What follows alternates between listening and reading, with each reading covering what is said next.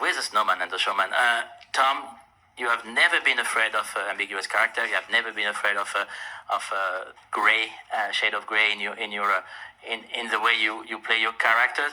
This one needed that. This one needed totally to be on the border of the good and bad, of the border of what makes a good friend and an enemy. How do you play that? How do you play this ambiguity? I am a professional. Yes, you are, sir.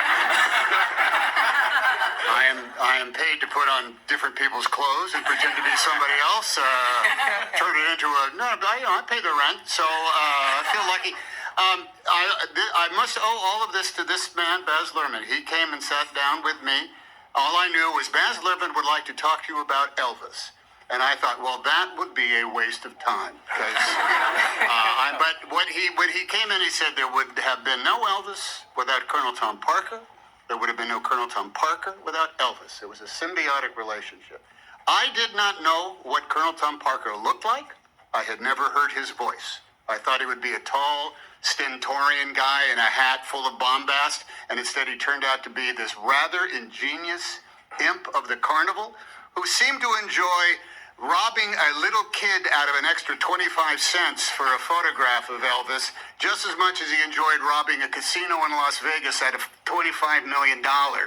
It was the same exact pleasure that he got, not from the amount of money, but from the exchange.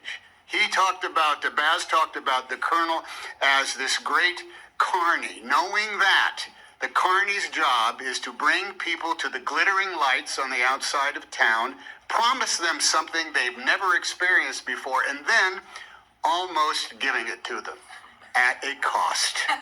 And when he said that, I think the conversation lasted 7 minutes until I said, I'm your man. Now, please show me a picture of what the Colonel looks like.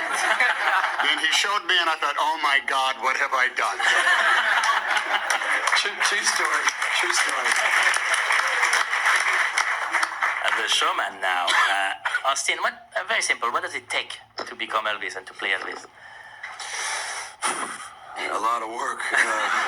I basically put the rest of my life on pause for 2 years, and I just absorbed everything that I possibly could, and I just went down the rabbit hole of obsession, and I broke down his life into periods of time where I could hear the differences in how his voice changed over the years and how his movement changed over the years, and I spent 2 years studying and trying to find his humanity as much as I could through that, because that's the tricky thing is you see Elvis as this icon or as the wallpaper of society, and finding the way to strip all that away and find the very human nature of him that was deeper than all of that.